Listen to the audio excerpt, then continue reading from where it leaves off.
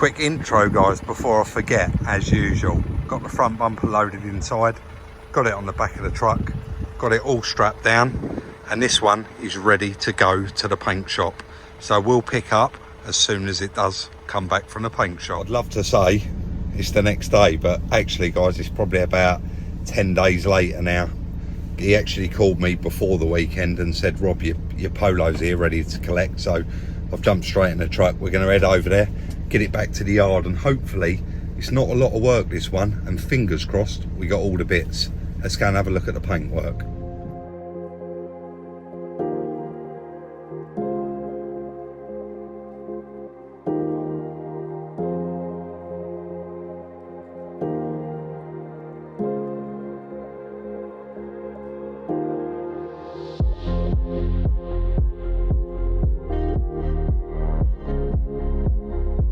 Nice to see it back, and the first time this arrived we actually had to put a baking tray underneath it to get it off the back of the truck. That's right. So the bit of paint work it did need, it had quite a lot of nasty scratches in that quarter panel, and he's actually polished them out for us. Yeah, so that's saved. And what he has done is painted both front wings, bonnet and the front bumper. And the door, isn't it?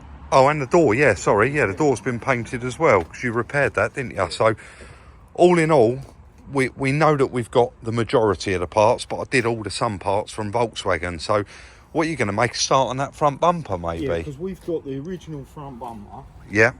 We've also got a brand new bumper. Yeah. And then we've got a bumper Eddie gave us that's got a load of trims on it and a fog. I think that's the one I bought, because it's got their sticker on it from that breaker's yard. When I bought Eddie give us that? No, Eddie give us the one that was in the back of this that you've just taken in. That was a new one, didn't they? No, we didn't buy a new one. Right. And we've got so that's the one that I bought. I actually give about 80 quid for that, because it had that LED fog light. The original one is, I've just put it in the workshop, I think, that's got the fog light that side. That's right, yeah. So we should be able to make one good one out of three. Definitely, possibly need one trim for behind that grille, but I'm sure we've got most of it. But all of this stuff, you can see it's all got our nuts and bolts in it, so yeah, we should be, fingers crossed, all right. I'm going to leave you to start messing around with that bumper, because I'm going to make a couple of calls, because I'm not going to lie, I've been on holiday since you've been on holiday. I can't remember if I ordered them from Medway or Maidstone. Yeah. It was one or the other, so yeah, I'll get on the phone and get that sorted, and we'll crack on with it. So Volkswagen Polo headlight with broken lug repair kit, must be the easiest lug repair kit to repair a headlight. On some of them previously you would have seen there's quite a lot of work has to be done with a Dremel to cut away part of the headlight to enable the new or the lug repair kit to be fitted. But this is as easy as it gets. A very cheap item, and it's saved what would have been a throwaway item. So that is ready to fit to the car.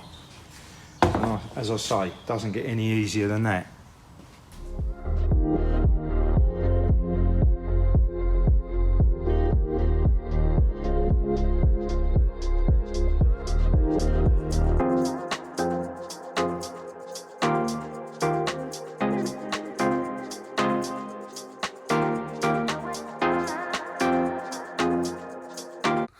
Right, got them, both of them. I bought one of the broken ones to make sure, but these little headlight clips here, the headlight slots in there and there, we've actually got two broken ones, and I assume they come with them, and they don't. So I've just ordered them, but what we'll probably do today is nick them off the other car. I weren't actually going to do a cut in here, but I just looked. They've got a brand new Golf GTI, £43,000. I can't believe how much they are now for a Golf. Anyway, let's get back and get these fitted. That's both of those scrap bumpers stripped, and there should be enough parts there to build this new one up. All quite straightforward. Apart from the fog lights, which are 3 bolts on each, everything is clipped together. There's no screws, no bolts. It is literally tabs, and it's all clipped in. So I shall get on now and get that one all clipped together, ready, and then we can get the car in and start getting that fitted up.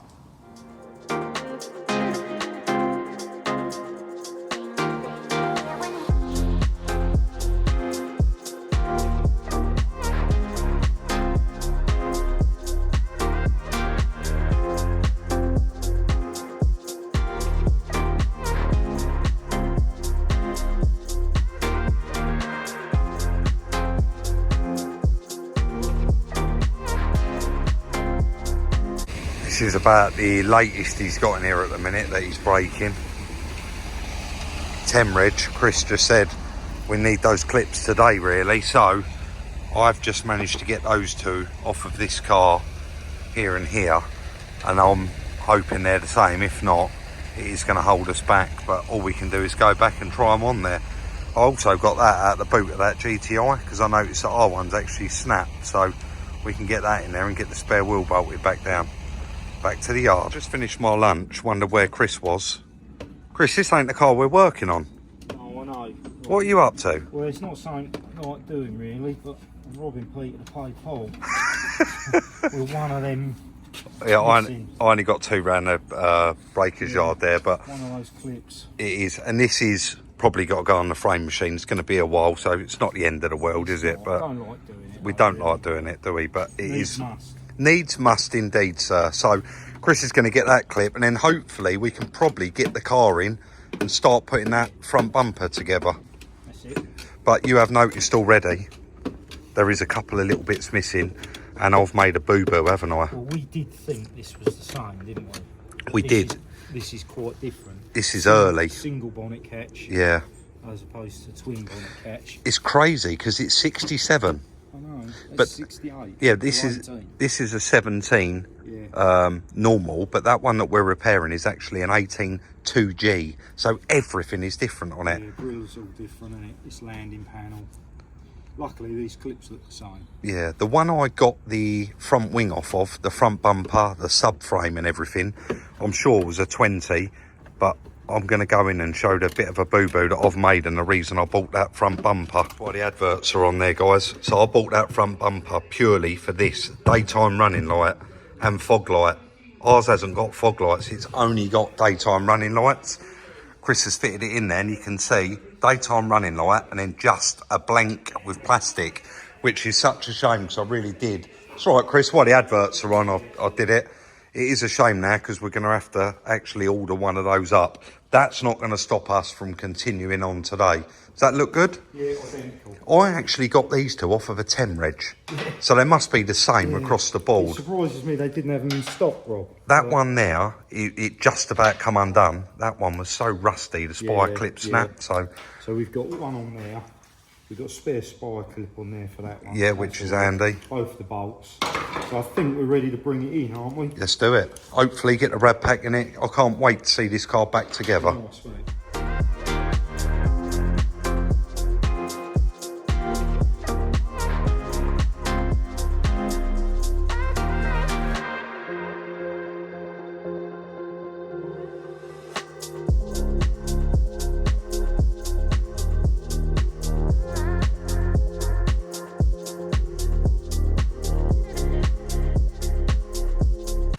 Little bit of extra unexpected work there, Chris.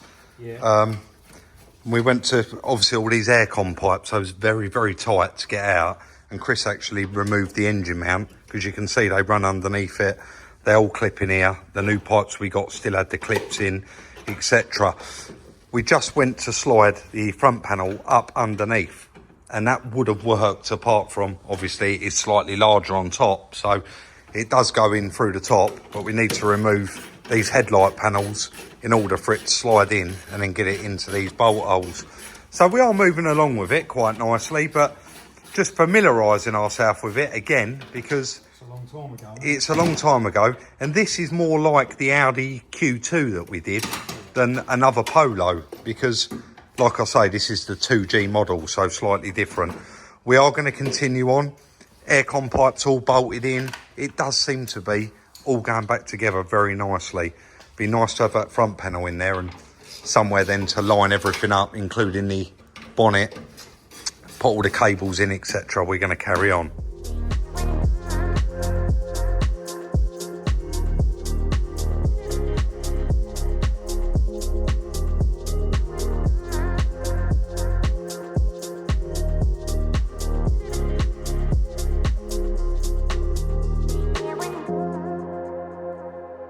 really moving along with this. I appreciate that a lot of that was time lapse, but guys, unless we was like actually talking you through how to put one of these together, it would just be very long-winded to film it all. So I've been concentrating on the driver's side there, and Chris is concentrating on the passenger side, and we've just bolted in that new headlight panel and the headlight, and I think you would agree that gap is perfect. It's perfectly flush, and the gap all the way down it is exactly the same.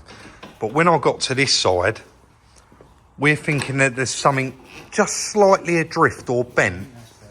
Do you know what it is? You know this headlight panel? I think we hung it on there, and when we've had masking tape on there, the bonnet shut, it's probably pulled it down a little bit. Right now. The gap there was slightly bigger than the other side. It's about the same now. Right. So what I done was I put the headlight in, and the gap here was horrible around the headlight. So it's just, sometimes it is a little bit of a pain like this. I've left that one loose because you can get to it, because it is, put it in, take it out, put it in, take it out.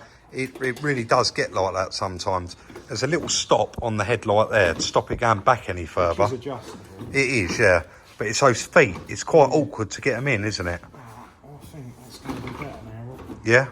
I think that we'll try it and see, but just holding it in there. Once it's bolted up, yeah, it's a lot better. So I'm going to hold that up while Chris gets the bolts in it, and then we'll carry on. But all the rad packs in there, all the hoses are on, Chris? Yeah, she's all plumbed up. All plumbed up, fans on, air condensers all plumbed in, air compressor, everything is all plugged back in there. So we're just going to continue on getting all these bits back on it. Definitely our most favourite part of any build. We're running out of parts, Chris. It's nice, isn't it? It is nice, but we obviously is, you just don't know until it comes to putting it together. See, that this part here I actually got with the front bumper, and it's not until Chris just picked it up to actually fit it, we realised it was snapped there, and it's also snapped the other end. So look, it's not the end of the world.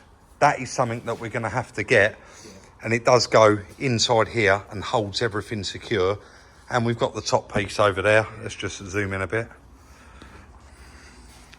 That's it there, and that is the only bit that's actually, we can't fit. We can fit that, but it's absolutely pointless Till we've got that other till we got that other piece on there. But really coming together, we've built all of the bonnet up, the latches are on. I mean, that is another thing. We got to mess around with the latches, getting them all latching right, because this bonnet's not from this car, this front panel's not from this car, and everything does vary a little bit. So you might have to go up a little bit with that one, down a little bit with that one, etc, etc. You've all seen us do it plenty of times before. But I think we are, this needs a TPMS sensor taken out of the broken wheel. And I'm not going to recommend that I even try and get the one out of the old wheel. Another black eye. So we are actually ready to pull this outside and actually fill it up with fluids. We will be just using water for the first go, just to make sure that there's no leaks. And we can finally run this up to temperature. Also, it still has no power steering. So we need to go into the computer, get that all working. And I believe we only bled the brakes just so that we could stop. So we've still got to bleed all of the brakes, because this flexi hose was actually ripped off, wasn't it? I think on these you have to go in with the machine and do a like false bleed. No, I think you have to go into a program that allows you to bleed it fully. Right, okay. It's to do with the ABS pump, isn't it? Yep. So yeah, I think you just have to go in the service section, and there's a mode that you switch it to, and then you bleed it. That's handy. Yeah. Let's get it outside, get some fluids in it, Chris, and run it up to temperature, I say. I did get this kind of fired up before I cut in, because sometimes it does take quite a while.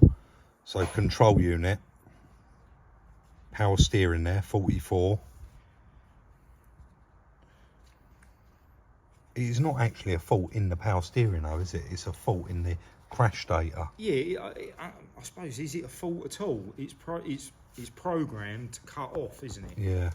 And it's just a case of removing the record of the crash. Oh yeah. Yeah, crash shut off triggered. So I think you have to erase. Oh, look at that. Fault priority 4. So there's the mileage it occurred. Oh yeah. 28,000, the date it occurred. Oh yeah. 3:07 a.m. in the morning. Yeah. Vehicle speed there, look. 30.45 miles an hour. Yeah. Oh, that's good. The lady did say she weren't going that fast. Electric motor speed. So I think this has got an electric power steering motor. Erase that code.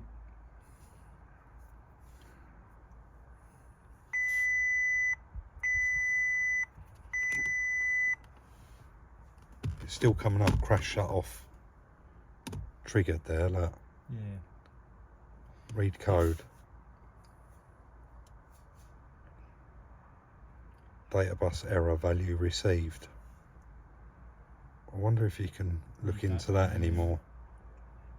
I think you can, but you have to push the little thing on the side of it here. Maybe not. Let's move that. That's the same information we just had. It is, isn't it? Yeah. Maybe you've got to go into the service section. Exactly, that's what I was just back thinking. Into 44. Yeah. Or, do you remember I actually did it on the Audi A1? Yeah, that was a trouble code, wasn't it? Basic setting, advanced. Active test, maybe. Is that? No, but maybe do one. Because it's the same as the Audi, isn't it? Yeah. I can't remember where we found it, or you found it. I'm sure it was under 44. Yeah. Go back in 44, Rob. Hopefully this camera can see. This is a time-consuming bit that we tend to leave out of. We're not experts on diagnostics stuff, are we? We're not techs. No. So you've been in trouble code, haven't you? Basic setting. Let's have a look. I think what I'll probably do if I can't find it. Reset all adaptation, reset to factory. Possibly reset to factory, is it? Yeah, I think you're only in 44 at the moment. Not active. Start. That's what we did on the A1. This is what we've Performing the function requires secure access login. Please try again after security access. So I need to log into the scanner. Right, let's get that done and we'll try it again.